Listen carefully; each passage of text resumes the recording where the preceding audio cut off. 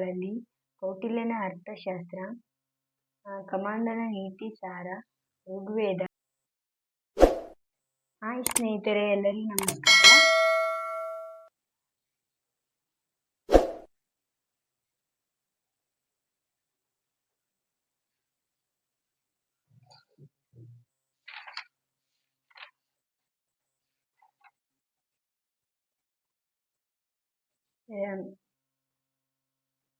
ರಾಜ್ಯಶಾಸ್ತ್ರವನ್ನು ಕ್ರಮಬದ್ಧವಾಗಿ ಅಧ್ಯಯನ ಮಾಡಿದ ಕೀರ್ತಿ ಪುರಾತನ ಗ್ರೀಕರಿಗೆ ಸಲ್ಲುತ್ತದೆ. ಸಾಕ್ರಟೀಸ್ ಕ್ರಿಸ್ತಪೂರ್ವ 470 ಇಂದ ಕ್ರಿಸ್ತಪೂರ್ವ 399. ಸಾಕ್ರಟೀಸ್ ಅವರು ಗ್ರೀಕ್ನ ಪ್ರಮುಖ ತತ್ವಜ್ಞಾನಿ. ಇವರು ತಮ್ಮ ಕೊಡುಗೆಯನ್ನು ಸಂವಾದದ ಮೂಲಕ ನೀಡಿದ್ದಾರೆ. ಪ್ಲೇಟೋ ಅವರು ಕ್ರಿಸ್ತಪೂರ್ವ 427 ಇಂದ ಕ್ರಿಸ್ತಪೂರ್ವ 347 ಇಂದ ಪ್ಲೇಟೋ ಅವರು ತಮ್ಮ ರಾಜಕೀಯ ಚಿಂತನೆಯನ್ನು ಅವರ ಪ್ರಮುಖ ಗ್ರಂಥವಾದ ದಿ ರಿಪಬ್ಲಿಕ್ನಲ್ಲಿ ವಿವರಿಸಿದ್ದಾರೆ. ಅರಿಸ್ಟಾಟಲ್ ಅವರು 384 ಇಂದ 322 ದಿ ಪಾಲಿಟಿಕ್ಸ್ ರಾಜ್ಯಶಾಸ್ತ್ರಕ್ಕೆ ಇವರು ನೀಡಿದ್ದಾರೆ. ಅಮೋಘ ಕೊಡುಗೆಯಿಂದ ಇವರನ್ನು ರಾಜ್ಯಶಾಸ್ತ್ರದ ಪಿತಾಮಹ ಎಂದು ಕರೆಯುತ್ತಾರೆ. ಸಾಕ್ರಟೀಸ್, ಪ್ಲೇಟೋ, ಅರಿಸ್ಟಾಟಲ್ ಇವರನ್ನು ತತ್ವಜ್ಞಾನಿಯರು ಎನ್ನುವರು. ಮೆಕ್ಯಾವೆಲಿ ಆಧುನಿಕ ಕಾಲದಲ್ಲಿ ರಾಜ್ಯಶಾಸ್ತ್ರವನ್ನು ಇಟಲಿಯ ಮೆಕ್ಯಾವೆಲಿ ತನ್ನ ದಿ ಪ್ರಿನ್ಸ್ ಕೃತಿಯ ಮೂಲಕ ಮತ್ತಷ್ಟು ಸರ್ವಶ್ರೇಷ್ಠ ವಿಜ್ಞಾನವನ್ನಾಗಿ ಮಾಡಿದ್ದಾರೆ. ರಾಜ್ಯಶಾಸ್ತ್ರದ ಪರಿಕಲ್ಪನೆಯ ಉಲ್ಲೇಖವನ್ನು ಪುರಾತನ ಭಾರತೀಯ ಚಿಂತಕರು ತಮ್ಮ ಕೃತಿಗಳಲ್ಲಿ ಮತ್ತು ಐತಿಹಾಸಿಕ ದಾಖಲೆಗಳಲ್ಲಿ ನೀಡಿರುತ್ತಾರೆ. ಅವುಗಳಲ್ಲಿ ಕೌಟಿಲ್ಯನ ಅರ್ಥಶಾಸ್ತ್ರ, ಕಮಾಂಡನ ನೀತಿಸಾರ, ಋಗ್ವೇದ, ಯಜುರ್ವೇದ, ಶುಕ್ರನೀತಿಸಾರ, ಮನುಸ್ಮೃತಿ ಮತ್ತು ಇನ್ನು ಮುಂತಾದವು. ಪ್ರಾಚೀನ ಗ್ರಂಥಗಳಲ್ಲಿ ಭಾರತೀಯ ಗ್ರೀಕ್ಗಿಂತ ಅವರಿಗಿಂತ ಮೊದಲೇ ರಾಜ್ಯಶಾಸ್ತ್ರ ಬಗೆಗೆ ವಿವರಿಸಿದ್ದಾರೆ. ರಾಜ್ಯಶಾಸ್ತ್ರದ ಅರ್ಥ. ರಾಜ್ಯಶಾಸ್ತ್ರದ ಎಂಬ ಪದವು ಗ್ರೀಕ್ ಭಾಷೆಯ ಪಾಲಿಸ್ ಎಂಬ ಪದದಿಂದ ಬಂದಿದೆ. ಹೀಗೆಂದರೆ ನಗರ ರಾಜ್ಯ ಎಂದರ್ಥ. ರಾಜ್ಯಶಾಸ್ತ್ರ ಎಂಬ ಪದವನ್ನು ವಿವಿಧ ಚಿಂತಕರು ವಿವಿಧ ಹೆಸರುಗಳಿಂದ ಕರೆದಿದ್ದರು. ಅರಿಸ್ಟಾಟಲ್ ದಿ ಪಾಲಿಟಿಕ್ಸ್, ಗೆಲಟ್ ಅವರು ರಾಜ್ಯದ ಅಧ್ಯಯನ ಮಾಡುವ ವಿಜ್ಞಾನ ಎಂದಿದ್ದಾರೆ. ಹೆನ್ರಿ ಪೊಲಾಕ್ ರಾಜಕೀಯ ವಿಜ್ಞಾನ. ರಾಜ್ಯಶಾಸ್ತ್ರ ಎಂಬ ಪದವನ್ನು ಗೋಡ್ವಿನ್ ಮತ್ತು ಮೆರಿವಲ್ ಸ್ಟೋನ್ ಅವರು ಮೊಟ್ಟ ಮೊದಲ ಬಾರಿಗೆ ಅಂತಿಮವಾಗಿ ಯುನೆಸ್ಕೋ ಸಮ್ಮೇಳನದಲ್ಲಿ ಪ್ಯಾರಿಸ್ನಲ್ಲಿ ಸೆಪ್ಟೆಂಬರ್ 1948ರಲ್ಲಿ ನಡೆದ ರಾಜಕೀಯ ವಿಜ್ಞಾನ ಸಮ್ಮೇಳನವು ರಾಜ್ಯಶಾಸ್ತ್ರ ಎಂಬ ಪದದ ಬಳಕೆಯನ್ನು ಅನುಮೋದಿಸಿತು. ಗಾರ್ನರ್ ರಾಜ್ಯಶಾಸ್ತ್ರದ ಅಧ್ಯಯನ ರಾಜ್ಯದೊಂದಿಗೆ ಆರಂಭವಾಗಿ ರಾಜ್ಯದೊಂದಿಗೆ ಅಂತ್ಯವಾಗುತ್ತದೆ. ಗ್ಯಾರಿಸ್ ಅವರ ಪ್ರಕಾರ ರಾಜ್ಯಶಾಸ್ತ್ರ ತಳಹದಿ ಪ್ರಗತಿ, ದೇಹದ್ವೇಷ ಮತ್ತು ಅದರ ಎಲ್ಲ ರಾಜಕೀಯ ಸಮಸ್ಯೆಗಳ ಅಧ್ಯಯನವೇ ರಾಜ್ಯಶಾಸ್ತ್ರ. ಪಾಲ್ ಸೆನೆಟ್ ರಾಜ್ಯದ ಮೂಲ ಮತ್ತು ಸರ್ಕಾರದ ತತ್ವಗಳ ಕುರಿತು ಅಧ್ಯಯನ ಮಾಡುವ ಶಾಸ್ತ್ರವೇ ರಾಜ್ಯಶಾಸ್ತ್ರ. ಅರಿಸ್ಟಾಟಲ್ ಅವರ ಪ್ರಕಾರ ಮಾನವನು ಸ್ವಭಾವತಃ ಜೀವಿ, ಸಂಘಜೀವಿ, ಸಮಾಜವನ್ನು ಬಿಟ್ಟು ಬದುಕಲಾರ, ಸಮಾಜವನ್ನು ಬಿಟ್ಟು ಬದುಕಲು ಇಚ್ಛಿಸುವವರು ದೇವರಾಗಿರಬೇಕು ಇಲ್ಲವೇ ಮೃಗವಾಗಿರಬೇಕು. ಮಾನವ ಸಮಾಜಜೀವಿಯಾಗಿರುವಂತೆ ರಾಜಕೀಯ ಜೀವಿಯೂ ಆಗಿರುವನು. ಮಾನವ ಸಾಂಘಿಕ ಜೀವನದಲ್ಲಿ ಜಗಳ, ಕಲಹ, ಅಸೂಯೆ, ದ್ವೇಷಗಳು ಸರ್ವೇ ಸಾಮಾನ್ಯ ಸಂಗತಿಗಳು. ಮಾನವ ಈ ವರ್ತನೆಗಳನ್ನು ನಿಯಂತ್ರಿಸಿ ಸಮಾಜದಲ್ಲಿ ಕಾನೂನು ಮತ್ತು ಸುವ್ಯವಸ್ಥೆ ಕಾಪಾಡಲು ಒಂದು ಸಂಘಟಿತವಾದ ಸಮಾಜದ ಅವಶ್ಯಕತೆ ಉಂಟಾಯಿತು. ಆ ಸಂಘಟಿತ ಸಮಾಜವೇ ರಾಜ್ಯ. ರಾಜ್ಯವು ಸರ್ಕಾರವೆಂಬ ಸಾಧನದ ಮೂಲಕ ಸಮಾಜವನ್ನು ನಿಯಂತ್ರಿಸುತ್ತದೆ. ರಾಜ್ಯಶಾಸ್ತ್ರವು ವಿಜ್ಞಾನವೇ. Aristotle, Bodin, hobs.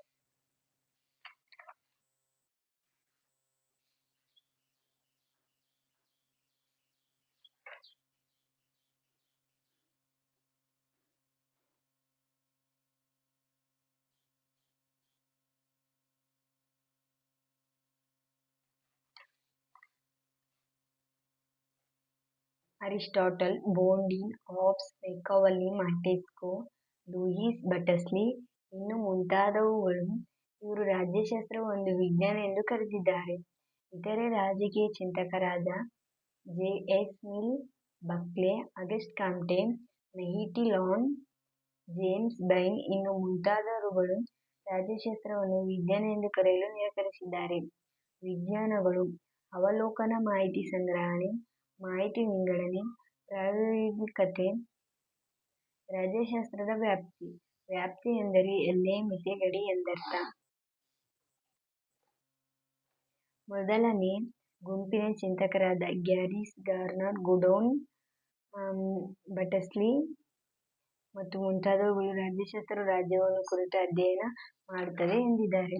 ರಾಜ್ಯವನ್ನು ಕುರಿತು ಅಧ್ಯಯನ ಮಾಡುತ್ತದೆ ಎಂದಿದ್ದಾರೆ. ಎರಡನೇ ಗುಂಪಿನ ಚಿಂತಕರು ಸರ್ಕಾರವನ್ನು ಮಾತ್ರ ಸಿಪಂ, ಲಿಕಾಕ್, ರಾಬನ್, ಸರ್ ಜಾನ್ ಸೀಲೆ. ಮೂರನೇ ಗುಂಪಿನ ಚಿಂತಕರು ಲಾಸ್ಕಿ, ಗೆಟೋಲ್. 1948ರಲ್ಲಿ ನಡೆದ ಪ್ಯಾರಿಸ್ನ ಯುನೆಸ್ಕೋ ಸಮ್ಮೇಳನದಲ್ಲಿ ರಾಜ್ಯಶಾಸ್ತ್ರದ ವಸ್ತು ವಿಷಯಗಳ ಬಗ್ಗೆ ಹೀಗೆ ವರ್ಗೀಕರಿಸಿದ್ದಾರೆ: ರಾಜಕೀಯ ಸಿದ್ಧಾಂತ, ರಾಜಕೀಯ ಪಕ್ಷಗಳು, ರಾಜಕೀಯ ಸಂಸ್ಥೆಗಳು, ರಾಜಕೀಯ ಸಂಬಂಧಗಳು.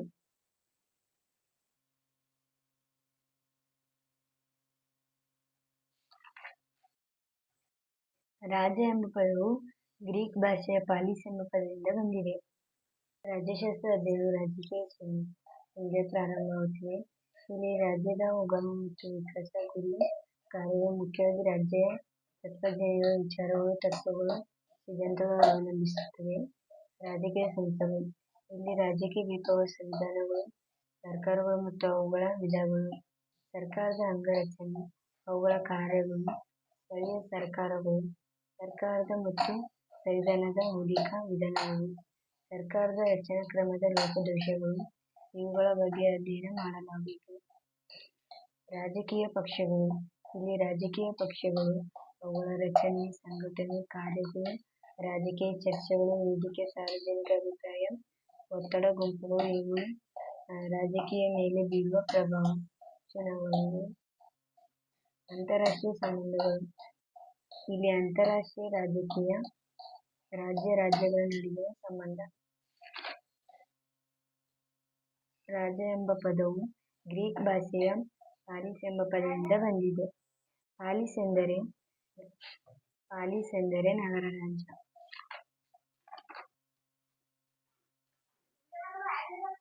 ರಾಜ್ಯಶಾಸ್ತ್ರದ ಪ್ರಾಮುಖ್ಯತೆ. ರಾಜ್ಯ, ನ್ಯಾಯ. ಆಧುನಿಕ ಕಾಲದಲ್ಲಿ ರಾಜ್ಯ ಎಂಬ ಪದವನ್ನು ಮೊದಲ ಬಾರಿಗೆ ನಿಕೊಲೊ ಮೆಕ್ಯಾವೆಲ್ಲಿ ಇವರು 1513ರಲ್ಲಿ ದಿ ಪ್ರಿನ್ಸ್ ಗ್ರಂಥದಲ್ಲಿ ಬಳಸಿದ್ದಾರೆ. ಕಡಿಮೆ ಜನಸಂಖ್ಯೆಯನ್ನು ಹೊಂದಿರುವ ದೇಶವೆಂದರೆ ವ್ಯಾಟಿಕನ್ ನಗರ. ಭೂಪ್ರದೇಶ: ರಾಜ್ಯದ ಮತ್ತೊಂದು ಅತ್ಯಗತ್ಯವಾದ ಅಂಗವೆಂದರೆ ಭೂಪ್ರದೇಶ. ಶಾಸಕಾಂಗ: ಶಾಸನ ರಚಿಸುವ ಅಂಗ. ಕಾರ್ಯಾಂಗ: ಕಾನೂನನ್ನು ಜಾರಿಗೊಳಿಸುವ ಅಂಗ. ನ್ಯಾಯಾಂಗ: ಕಾನೂನನ್ನು ಅರ್ಥೈಸುವ ಅಂಗ. ಪರಮಾಧಿಕಾರ: ಪರಮಾಧಿಕಾರವು ರಾಜ್ಯದ ಪ್ರಮುಖ ಅಂಗ. ರಾಜ್ಯದ ಸರ್ವಶ್ರೇಷ್ಠ ಅಧಿಕಾರವೇ ಪರಮಾಧಿಕಾರ. ಭಾವ್ಯ ಪರಮಾಧಿಕಾರ. ರಾಜ್ಯ ಸಾರ್ವಭೌಮ ಸಂಘಟನೆ. ರಾಜ್ಯ ಸದಸ್ಯತ್ವ ಕಡ್ಡಾಯ. ರಾಜ್ಯಕ್ಕೆ ನಿರ್ದಿಷ್ಟ ಭೂಪ್ರದೇಶ ಅನಿವಾರ್ಯ. ಸಂಘ-ಸಂಸ್ಥೆ: ಸಂಘ-ಸಂಸ್ಥೆಗೆ ಪರಮಾಧಿಕಾರವಿಲ್ಲ. ಸಂಘ-ಸಂಸ್ಥೆಯ ಸದಸ್ಯತ್ವ ಐಚ್ಛಿಕ. ಸಂಘ-ಸಂಸ್ಥೆಯು ಶಾಶ್ವತವಲ್ಲ. ಸಂಘ-ಸಂಸ್ಥೆಯ ಉದ್ದೇಶ ಸೀಮಿತವಾದದ್ದು. ಸಂಘ-ಸಂಸ್ಥೆಯು ರಾಜ್ಯ ಮತ್ತು ರಾಷ್ಟ್ರ. ರಾಜ್ಯ ಎಂದರೆ ಮಾನವ ನಿರ್ಮಿತ ರಾಜಕೀಯ ಸಂಸ್ಥೆ. ರಾಷ್ಟ್ರ ಎಂಬ ಪದವು ಲ್ಯಾಟಿನ್ ಭಾಷೆಯ ನೇಷಿಯಾ, ಹೀಗೆಂದರೆ ಹುಟ್ಟು, ಜನನ ಅಥವಾ ಜನಾಂಗ ಎಂದರ್ಥ.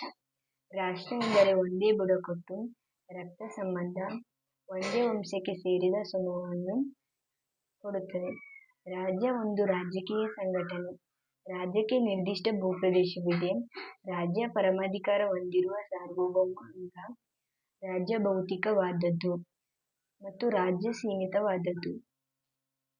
ರಾಜ್ಯ ಎಂದರೆ ಮಾನವ ನಿರ್ಮಿತ ರಾಜಕೀಯ ಸಂಸ್ಥೆ.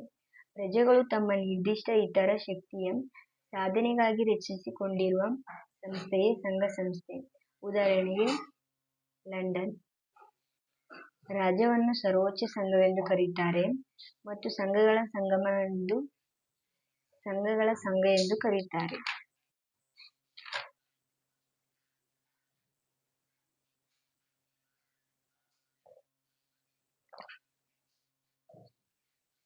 ರಾಜ್ಯಶಾಸ್ತ್ರವನ್ನು ವ್ಯಾಖ್ಯಾನಿಸಿ. ಪಾಲ್ಜೆನೆಟ್. ರಾಜ್ಯದ ಮೂಲ ಮತ್ತು ಸರ್ಕಾರದ ತತ್ವಗಳನ್ನು ಕುರಿತು ಅಧ್ಯಯನ ಮಾಡುವ ಶಾಸ್ತ್ರವೇ ರಾಜ್ಯಶಾಸ್ತ್ರ. ರಾಜ್ಯಶಾಸ್ತ್ರದ ವ್ಯಾಪ್ತಿಯಲ್ಲಿ ಬರುವ ಅಧ್ಯಯನದ ವಿಭಾಗಗಳು ರಾಜಕೀಯ ಸಿದ್ಧಾಂತಗಳು, ರಾಜಕೀಯ ಸಂಸ್ಥೆಗಳು, ರಾಜಕೀಯ ಪಕ್ಷಗಳು, ಅಂತಾರಾಷ್ಟ್ರೀಯ ಸಂಬಂಧಗಳು. ರಾಜ್ಯ ಮತ್ತು ಸರ್ಕಾರ. ಅರಿಸ್ಟಾಟಲ್ ಅವರ ಪ್ರಕಾರ ಸ್ವಭಾವತಃ ಜೀವಿ, ಸಂಘಜೀವಿ, ಸಮಾಜವನ್ನು ಬಿಟ್ಟು ಬಾಳಲಾರ ಮತ್ತು ಬದುಕಲಾರ. ಅಂದರೆ ಮಾನವ ತನ್ನ ಅಗತ್ಯತೆಗಳನ್ನು ಈಡೇರಿಸಿಕೊಳ್ಳಲು, ತನ್ನ ಜೀವನವನ್ನು ಸುಖ, ಶಾಂತಿ, ನೆಮ್ಮದಿಯಿಂದ ಕಳೆಯಲು ಈ ಸಮಾಜ ಅತ್ಯಗತ್ಯ. ರಾಜ್ಯಶಾಸ್ತ್ರದ ವ್ಯಾಪ್ತಿ ಎಂದರೆ ಎಲ್ಲೆ, ಮಿತಿ, ಗಡಿ ಎಂದರ್ಥ. ರಾಜ್ಯಶಾಸ್ತ್ರದ ಅಂತಾರಾಷ್ಟ್ರೀಯ ಸಮ್ಮೇಳನ ಯಾವಾಗ, ಎಲ್ಲಿ ನಡೆಯಿತು? ಯುನೆಸ್ಕೋ ಆಶ್ರಯದಲ್ಲಿ ಪ್ಯಾರಿಸ್ನಲ್ಲಿ 1948ರಲ್ಲಿ ನಡೆಯಿತು. ಗ್ರೀಕ್ನ ತತ್ವಜ್ಞಾನಿ ತ್ರಿಗಳು ಸಾಕ್ರಟೀಸ್, ಪ್ಲೇಟೋ, ಅರಿಸ್ಟಾಟಲ್. ರಾಜಕೀಯ ಪ್ರಜ್ಞೆಯನ್ನು ಮೂಡಿಸುತ್ತದೆ. ಆಧುನಿಕ ಯುಗವು ಪ್ರಜಾಪ್ರಭುತ್ವದ ಯುಗವಾಗಿದ್ದು, ಪ್ರತಿಯೊಬ್ಬರೂ ನೇರವಾಗಿ ಇಲ್ಲವೇ ಪರೋಕ್ಷವಾಗಿ ರಾಜಕಾರಣದೊಂದಿಗೆ ಒಡನಾಟವನ್ನು ಇಟ್ಟುಕೊಂಡಿರುವರು. ಇಲ್ಲಿ ಆಳುವವರು ಮತ್ತು ಆಳಿಸಿಕೊಳ್ಳುವವರು ಪ್ರಜೆಗಳೇ ಆಗಿದ್ದು, ಅವರು ರಾಜಕೀಯ ವಿದ್ಯಮಾನಗಳ, ಸರ್ಕಾರ ಕಾರ್ಯಕಲಾಪಗಳನ್ನು, ಆಡಳಿತ ಶೈಲಿ ಎಲ್ಲವನ್ನೂ ತಿಳಿದಿರಬೇಕು. ಪ್ರಜೆಗಳು ಚುನಾವಣೆಗಳಲ್ಲಿ ಉತ್ತಮ ಅಭ್ಯರ್ಥಿಗಳನ್ನು ಆಯ್ಕೆ ಮಾಡಿದಾಗ ಮಾತ್ರ ಪ್ರಜಾತಂತ್ರ ಯಶಸ್ವಿಯಾಗುತ್ತದೆ. ರಾಜ್ಯ ಮತ್ತು ಸರ್ಕಾರದ ಬಗ್ಗೆ ತಿಳುವಳಿಕೆ. ರಾಜ್ಯಶಾಸ್ತ್ರದ ಅಧ್ಯಯನದಿಂದ ಪ್ರಜೆಗಳು ರಾಜ್ಯದ ಉಗಮ, ವಿಕಾಸ, ಬೆಳವಣಿಗೆ, ರಾಜ್ಯದ ಗುರಿ ಧ್ಯೇಯೋದ್ದೇಶಗಳು, ಅದರ ಮೂಲಾಂಶಗಳು ಮತ್ತು ಜವಾಬ್ದಾರಿಗಳು ಇವೆಲ್ಲಗಳನ್ನು ಅರಿಯುತ್ತಾರೆ.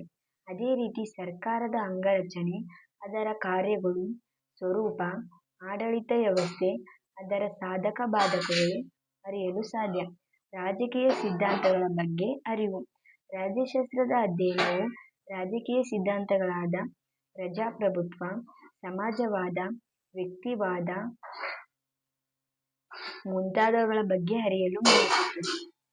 ಪ್ರಮುಖವಾಗಿ ಈ ಸಿದ್ಧಾಂತಗಳ ಹುಟ್ಟು, ಬೆಳವಣಿಗೆ, ಇವು ಯಾವ ಸಂದರ್ಭಗಳಲ್ಲಿ ಉಗಮನಿಸಿದುವು. ತುಲನಾತ್ಮಕ ರಾಜಕೀಯ ಬಗ್ಗೆ ಅರಿವು. ರಾಜ್ಯಶಾಸ್ತ್ರವನ್ನು ಅಧ್ಯಯನ ಮಾಡುವ ಮೂಲಕ ವಿಶ್ವದ ನಾನಾ ರೀತಿಯ ಸರ್ಕಾರಗಳನ್ನು, ಸಂವಿಧಾನಗಳನ್ನು ಅರಿತು ಅವುಗಳಲ್ಲಿ ಉತ್ತಮ ರಾಜಕೀಯ ವ್ಯವಸ್ಥೆಗಳು ಯಾವುವು ಎಂಬುದನ್ನು ನಿರ್ಣಯಕ್ಕೆ ಬರಲು ಸಾಧ್ಯ. ಸಂವಿಧಾನದ ಬಗ್ಗೆ ಅರಿವು. ಪ್ರತಿಯೊಂದು ದೇಶಕ್ಕೂ ಒಂದು ಸಂವಿಧಾನ ಅತ್ಯಗತ್ಯ. ಏಕೆಂದರೆ ಒಂದು ರಾಷ್ಟ್ರದಲ್ಲಿರುವ ಸರ್ಕಾರದ ಅಂಗರಚನೆ, ಅದರ ಅಧಿಕಾರಗಳು ಮತ್ತು ಕರ್ತವ್ಯಗಳು, ಸಂವಿಧಾನದ ಗುರಿಗಳು ಹಾಗೂ ಅದರ ಮುಂದಿರುವ ಸವಾಲುಗಳು ಪ್ರಜೆಗಳು ಈಡೇರಿಸುವಲ್ಲಿ ಸಂವಿಧಾನದ ಪಾತ್ರ ಇವೆಲ್ಲವನ್ನು ಜವಾಬ್ದಾರಿಯುತ ಅರಿಯಲು ಸಾಧ್ಯ. ಹಕ್ಕು ಮತ್ತು ಕರ್ತವ್ಯಗಳ ಬಗ್ಗೆ ಅರಿವು. ಒಂದು ರಾಜ್ಯದ ಯಶಸ್ಸು ಅದು ತನ್ನ ಪ್ರಜೆಗಳಿಗೆ ನೀಡಿರುವ ಹಕ್ಕು ಮತ್ತು ಕರ್ತವ್ಯಗಳ ಆಧಾರದ ಮೇಲೆ ನಿರ್ಧಾರ ವಹಿಸುತ್ತದೆ. ಅಂತಾರಾಷ್ಟ್ರೀಯ ಸಂಬಂಧಗಳ ಬಗ್ಗೆ ಅರಿವು. ಸಮಕಾಲೀನ ವಿಶ್ವ ರಾಜಕೀಯ ಅಂತಾರಾಷ್ಟ್ರೀಯ ಕಾನೂನು, ಅಂತಾರಾಷ್ಟ್ರೀಯ ಸಂಘಟನೆಗಳು, ರಾಷ್ಟ್ರಗಳ ನಡುವಿನ ಸಂಬಂಧಗಳು. ಮೊದಲನೇ ಗುಂಪಿನ ಚಿಂತಕರು ಗ್ಯಾರಿಸ್, ಗಾರ್ನರ್, ಗುಡೋನ್. ಇವರು ರಾಜ್ಯಶಾಸ್ತ್ರವು ಕೇವಲ ರಾಜ್ಯವನ್ನು ಮಾತ್ರ ಅಧ್ಯಯನ ಕುರಿತು ಮಾಡುತ್ತದೆ ಎಂದಿದ್ದಾರೆ. ಎರಡನೇ ಗುಂಪಿನ ಚಿಂತಕರು ಸರ್ ಜಾನ್ ಸೀಲೆ, ಲಿಕಾಕ್, ರಾಬರ್ನ್. ಇವರ ಪ್ರಕಾರ ರಾಜ್ಯಶಾಸ್ತ್ರವು ಸರ್ಕಾರದ ಬಗ್ಗೆ ಮಾತ್ರ ಅಧ್ಯಯನ ಮಾಡುತ್ತದೆ ಎಂದಿದ್ದಾರೆ. ಮೂರನೇ ಗುಂಪಿನ ಚಿಂತಕರು ಗೆಟಾಲ್, ಪಾಲ್ಜನೆಟ್. ಇವರ ಪ್ರಕಾರ ರಾಜ್ಯ ಸರ್ಕಾರ ಮತ್ತು ಮಾತ್ರ ಅಧ್ಯಯನ ಮಾಡುತ್ತದೆ ಎಂದಿದ್ದಾರೆ. 1948ರಲ್ಲಿ ನಡೆದ ಪ್ಯಾರಿಸ್ನ ಯುನೆಸ್ಕೋ ಸಮ್ಮೇಳನದಲ್ಲಿ ರಾಜ್ಯಶಾಸ್ತ್ರದ ವಸ್ತು ವಿಷಯಗಳ ಬಗ್ಗೆ ಹೀಗೆ ವರ್ಗೀಕರಿಸಿದ್ದಾರೆ. ರಾಜಕೀಯ ಸಿದ್ಧಾಂತ, ರಾಜಕೀಯ ಪಕ್ಷಗಳು, ರಾಜಕೀಯ ಸಂಸ್ಥೆಗಳು, ಅಂತಾರಾಷ್ಟ್ರೀಯ ಸಂಬಂಧಗಳು. ರಾಜ್ಯಶಾಸ್ತ್ರವು ವಿಜ್ಞಾನವೇ ಅಥವಾ ಕಲೆಯೇ? ಇಲ್ಲಿ ರಾಜಕೀಯ ಚಿಂತಕರಾದ J. S. Mill, Buckle, August Comte ಇವರು ರಾಜ್ಯಶಾಸ್ತ್ರವು ವಿಜ್ಞಾನವಲ್ಲ, ಅದು ಕಲೆ ಎಂದು ಅಭಿಪ್ರಾಯ ಪಡುವ ಚಿಂತಕರು. ಈ ಕೆಳಕಂಡ ಅಂಶಗಳನ್ನು ಇದಕ್ಕೆ ಪೂರಕವಾಗಿವೆ. ಪರಮಾಧಿಕಾರದ ಲಕ್ಷಣಗಳು: ಸ್ಥಿರತೆ, ಅವಿಭಾಜ್ಯತೆ, ಮೂಲ ಸ್ವರೂಪದ. ಕಾನೂನಿನ ವಿಧಗಳು: ರಾಷ್ಟ್ರೀಯ ಕಾನೂನು, ಅಂತಾರಾಷ್ಟ್ರೀಯ ಕಾನೂನು. ರಾಷ್ಟ್ರೀಯ ಕಾನೂನು: ಸಂವಿಧಾನಾತ್ಮಕ ಕಾನೂನು, ಸಾಧಾರಣ ಕಾನೂನು, ಖಾಸಗಿ ಕಾನೂನು, ಸಾಮಾನ್ಯ ಕಾನೂನು. ಸ್ವಾತಂತ್ರ್ಯದ ವಿಧಗಳು: ನೈಸರ್ಗಿಕ ಸ್ವಾತಂತ್ರ್ಯ, ನಾಗರಿಕ ಸ್ವಾತಂತ್ರ್ಯ, ರಾಜಕೀಯ ಸ್ವಾತಂತ್ರ್ಯ. ಸಮಾನತೆ: ಸಮಾನತೆ ಎಂದರೆ ಯಾವುದೇ ತಾರತಮ್ಯ ಇಲ್ಲದೆ ಇರುವುದೇ ಸಮಾನತೆ.